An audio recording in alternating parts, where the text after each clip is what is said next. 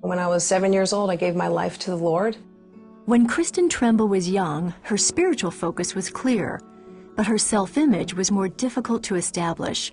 She envied her older sister and wanted to be more confident. All the boys would look at her, and I would feel, wow, I don't measure up. I was insecure.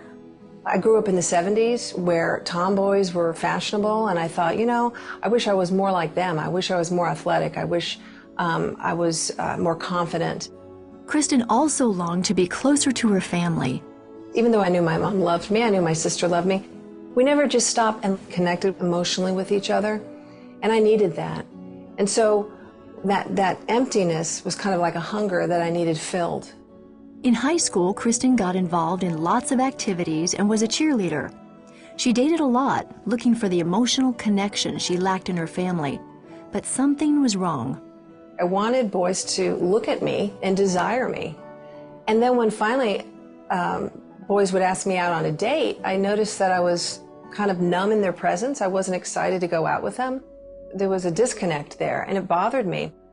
Things got even more confusing one afternoon during play practice. I was standing in the wings ready to go on stage, and one of the girls came off stage and she was crying and she put her arms around me, and I had these feelings and they were very terrifying to me because I was a Christian. And I remember driving home thinking, Lord, no, I'm not gay. I can't be gay. Kristin kept her attraction to girls a secret, but it came up again in college. I had a roommate that exemplified all those characteristics that I admired in girls, and we became fast friends. But unfortunately, that friendship, for me, turned into a sexual feelings for her, and I didn't know what to do. I went to the library to look for materials. I couldn't find anything, certainly no Christian materials. And I left feeling very shameful, like this problem is so bad no one even writes about it. After college, Kristin joined the Peace Corps, hoping to distract herself from her struggle. I was hoping, well, now I'll find a husband. And what happened was I exchanged feelings of lesbianism for immorality with men. And I lost my virginity and thought, well, as long as I'm not gay, that's okay. Kristin got her master's degree at Columbia and started teaching at the Savannah College of Art and Design. Her plan to avoid same-sex attraction unraveled completely. I fell into a lesbian relationship, physical and emotional. I went through a period of being at a crossroads where I had to decide, can I be a Christian and be in a lesbian relationship? Kristin and her girlfriend planned to move in together until one day when Kristin says God got her attention. I felt his presence come over me, and I got on my knees, which I normally didn't do, and prayed. And I said, Lord, I love you, but I don't know what to do. But Lord, more than anything, I want your will to be done in my life. 2 weeks later, the woman called and broke up with Kristin. You would think I would have been happy, but actually I was angry at God because I thought living in obedience means that I'm going to be unloved, that my needs to love and be loved aren't going to be met. What came next, Kristin never saw coming.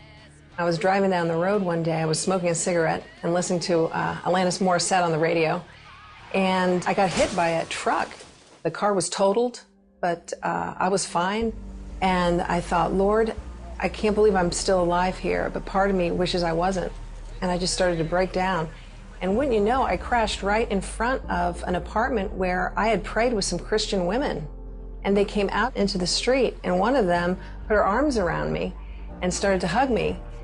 And she knew about my struggle, so I pushed away from her because I didn't want to give her the wrong impression. And instead, she took my arm and put it right back around.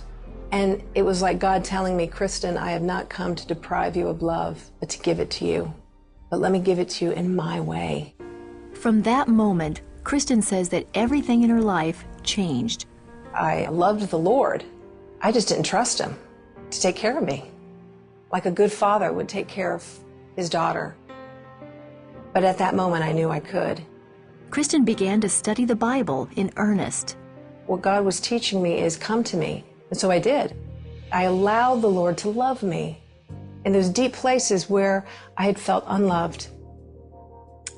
And he filled me with his love, and he healed my heart. He gave me back my true self.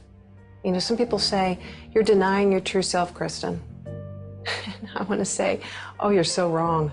My true self is a child of God, is a little girl who loves God, and that God made me and created me for my sexuality and my sin to identify me. God forbid that any of us take that on as an identity. Kristin went on to seminary and later joined Exchange Ministries. They offer hope and help to people dealing with homosexuality. 10 years later, she met Mike.